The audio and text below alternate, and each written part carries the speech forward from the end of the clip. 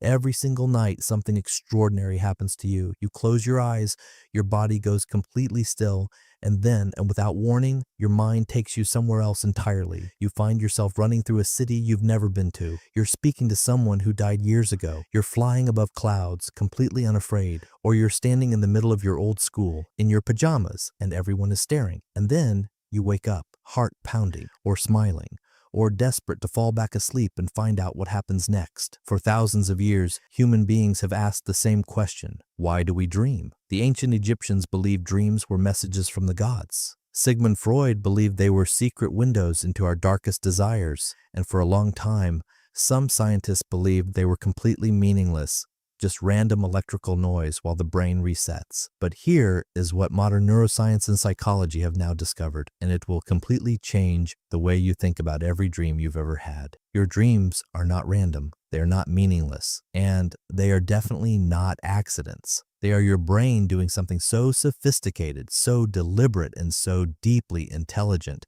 that no computer on earth can fully replicate it yet. Today, we are going to go deep into the strange psychology behind dreams, what they really are, why your brain creates them, and what they are secretly trying to tell you. Welcome back. I'm Psychology Brain. Let's get started. Science anchor: what actually happens when you dream. Before we can understand why we dream, we need to understand when we dream. Imagine your sleep as a long train journey through the night. The train makes several stops, roughly every 90 minutes. At each stop, your brain briefly enters a very special station. Scientists call it REM sleep, rapid eye movement sleep. Here's what makes it extraordinary. During REM sleep, your brain is not resting. In fact, brain scans show that during REM sleep, your brain is almost as active as when you are fully awake. The visual cortex is firing. The emotional centers, and especially the amygdala, are highly activated. The motor cortex is partially engaged. But here's the fascinating part. The prefrontal cortex, the rational, logical, reality-checking part of your brain, is almost completely switched off. Think about what that means. Your brain is running at nearly full power. Vivid visuals, strong emotions, movement, sound, memory. But the part that says, wait, this doesn't make logical sense, has gone to sleep.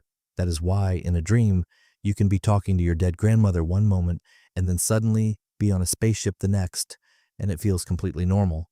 No alarm bells, no confusion, because the logic filter is offline. This is also why dreams feel so real while you are in them. Your brain is not watching a movie, it is fully living inside one. Reason one, the emotional processing machine. So why does the brain go through all this effort every single night? The first reason, and one of the most important, is that your dreams are your brain's emotional laundry system. Think about what happens to your emotions during the day. You get frustrated in traffic but can't scream. You feel anxious in a meeting but have to stay calm. You experience something painful and a rejection, a loss, an embarrassment, and you push it down because life keeps moving. All of that unprocessed emotional data gets stored, and when you fall asleep, your brain quietly pulls it out and begins to work on it. Neuroscientist Matthew Walker, one of the world's leading sleep researchers, describes REM sleep as a kind of overnight therapy.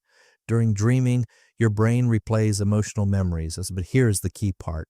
It replays them in a neurochemical environment that is almost completely free of noradrenaline. Noradrenaline is the stress chemical. In simple terms, your brain re-experiences painful or difficult emotions in a calmer, lower stress state, like watching a terrifying movie in a cozy room with warm lighting and a soft blanket. The content is the same, but the experience is different and the sharp edges get smoothed out. This is why you often feel strangely better about something the morning after a good night's sleep, even if nothing in your real life has changed. Your brain processed it while you were dreaming, and when this process is interrupted, when people suffer from insomnia or when REM sleep is suppressed, emotional regulation collapses. People become more anxious, more reactive, more overwhelmed, not because their problems got worse, but because their brain never got the chance to do its emotional housekeeping. Your dreams, in this sense, are not just stories. They are therapy sessions your brain runs for you every single night for free. Reason two, the memory architect. The second reason your brain dreams is even more remarkable. Your dreams are not just processing emotions. They are actively building your memory. Here is how it works. Every day, your brain absorbs an enormous amount of information. facts, faces, conversations, experiences, skills, far more than it can consciously keep track of. During the day, this information sits in short-term storage, like documents piled on a desk. But during REM sleep, during dreams, your brain does something extraordinary. It begins to file those documents.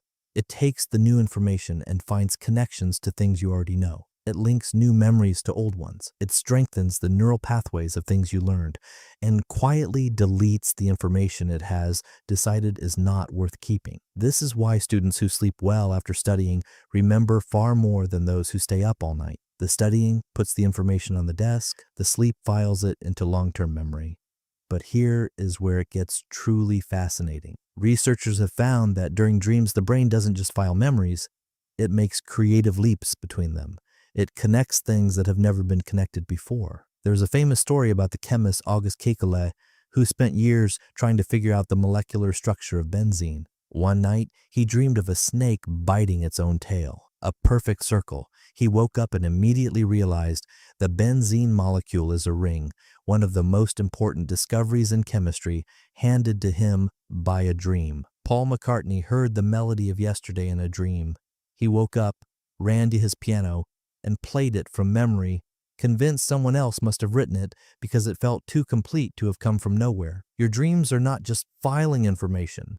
They are making invisible connections, finding solutions to problems your waking mind could not crack because your waking mind was too busy following the rules. Reason 3, the threat simulator. The third reason we dream is perhaps the most ancient of all.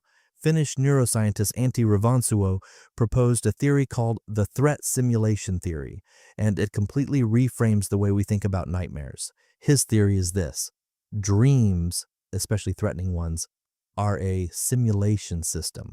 Think of it like this. Imagine a pilot who trains in a flight simulator before ever getting into a real cockpit. The simulator creates dangerous scenarios, engine failure, sudden storms, loss of control, so that when the pilot faces a real emergency, their nervous system already knows what to do. Your nightmares are that flight simulator. When you dream about being chased, your brain is rehearsing the fight or flight response. When you dream about failing an exam, your brain is rehearsing how to handle public failure and judgment. When you dream about losing someone you love, your brain is quietly preparing your emotional system for that future pain. This is why nightmare content so often mirrors our deepest real-world fears.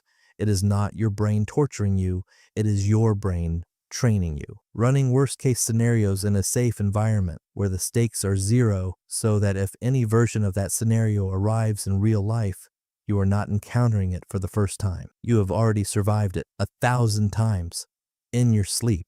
This also explains why the same nightmare can repeat for months or even years. Your brain keeps running the simulation because it doesn't feel like the threat has been resolved yet.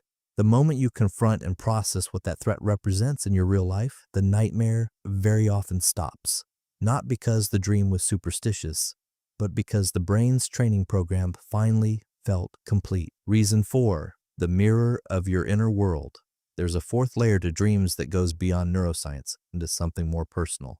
Carl Jung, one of the greatest psychologists of the 20th century, believed that dreams speak in the language of symbols, not literal messages, not prophecy, but a symbolic mirror reflecting the parts of yourself that your conscious mind cannot or will not look at directly. The figure that chases you in your dreams, Jung would say, that is not a monster. That is a part of yourself you are running from. The house you keep returning to in dreams. It often represents your own mind, the rooms you haven't opened, the parts of yourself you haven't explored, the person you dream about who has died. Your brain is not haunted. It is still processing the loss, still finding a way to say goodbye. You don't need to become a dream analyst to use this insight. The next time you wake from a vivid dream, instead of dismissing it, ask yourself one simple question. What was I feeling in that dream? Not what happened, not who was there, but what emotion was running underneath it all. Fear, guilt, longing, freedom, grief. That emotion is almost always the real message. The story around it is just the packaging. Your brain chose that specific emotion because it is something alive inside you right now, something that needs your attention, the strange ones, lucid dreams, recurring dreams, sleep paralysis. Before we close, there are 3 dream experiences almost everyone has had, and very few people fully understand. Lucid dreaming, when you become aware that you are dreaming while still inside the dream, is not magic or a myth. Neuroscience has confirmed it is real. During the lucid dreams, the prefrontal cortex, the logic center that normally goes offline, briefly reactivates. You become aware. You can sometimes steer the dream. It is one of the most extraordinary states of human consciousness. Recurring dreams, as we explored, are almost always your brain's unresolved simulation loops. The scenario keeps repeating because the emotional root cause hasn't been addressed. Once it is, the dream dissolves on its own. Sleep paralysis, waking up unable to move, sometimes with a terrifying presence in the room, is your brain caught between REM sleep and waking consciousness. Your body is still in REM paralysis, a mechanism that stops you from physically acting out dreams, but your mind has partially woken up.